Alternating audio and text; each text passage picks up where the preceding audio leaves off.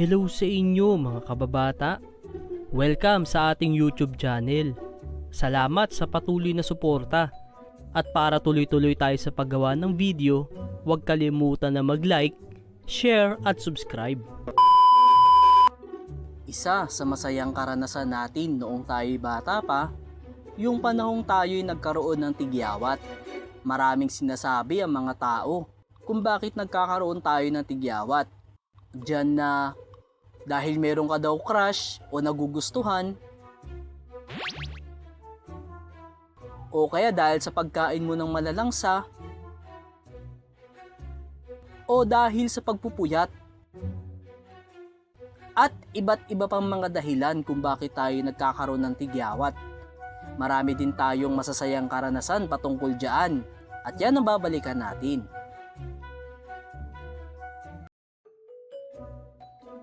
Huh? Umaga na pala. Ha? Teka, ano to? Meron akong tigyawat. Mawawala rin yan kinabukasan.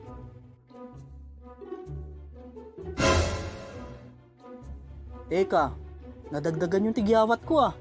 Mawawala rin yan bukas, sigurado. Ha?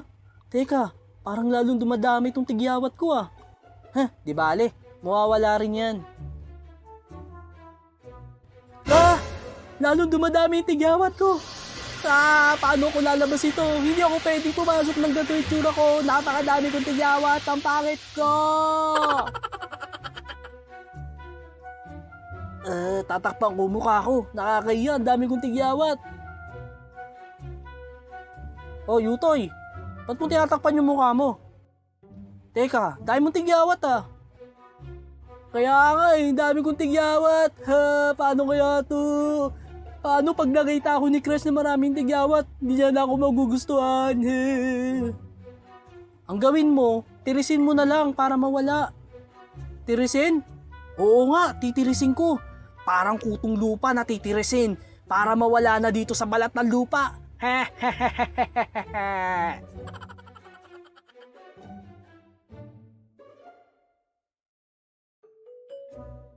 Okay.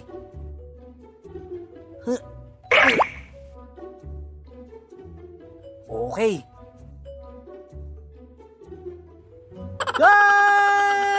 Ang dami kong tigyawat. Ba't parang lalong dumami itong tigyawat ko?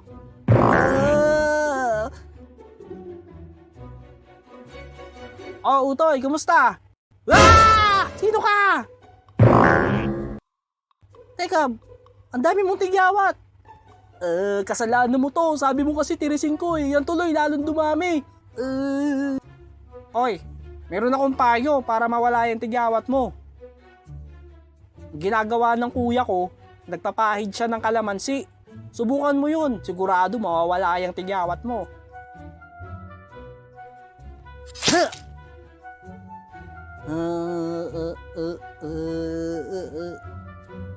Aray ko, pumasok sa mata ko.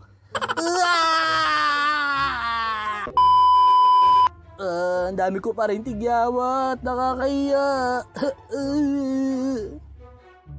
Alam mo, para mawala yung tigyawat mo, gawin mo yung ginagawa ng ate ko. Nagpapahid siya ng kamatis. Sigurado, kikinis ang mukha mo at mawawala yung mga tigyawat mo. Di nga. Oo, gawin mo ng ilang araw.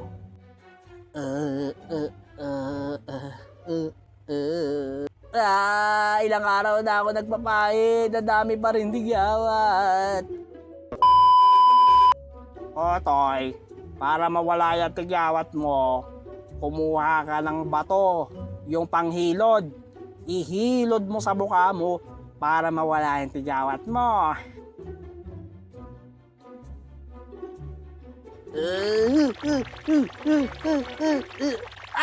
Meron pa rin ako tigyawat.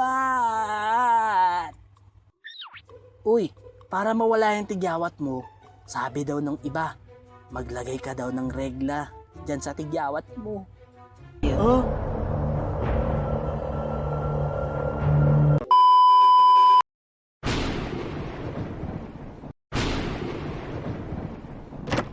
Utoy, nandiyan ka ba?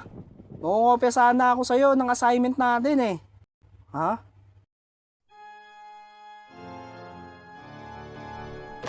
Utoy?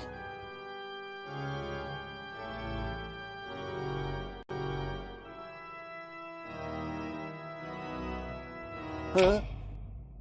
Iwan mo na ako mag-isa. Wala nang gusto makipagkaibigan sa akin.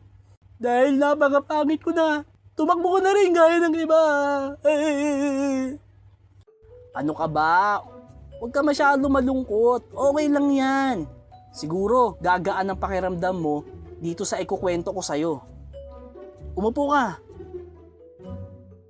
Ito ay kwento ng isang pangit na bata. Isang araw, merong isang bata na napakapangit. Wala na siyang magagawa para mabago ang mukha niya. The end.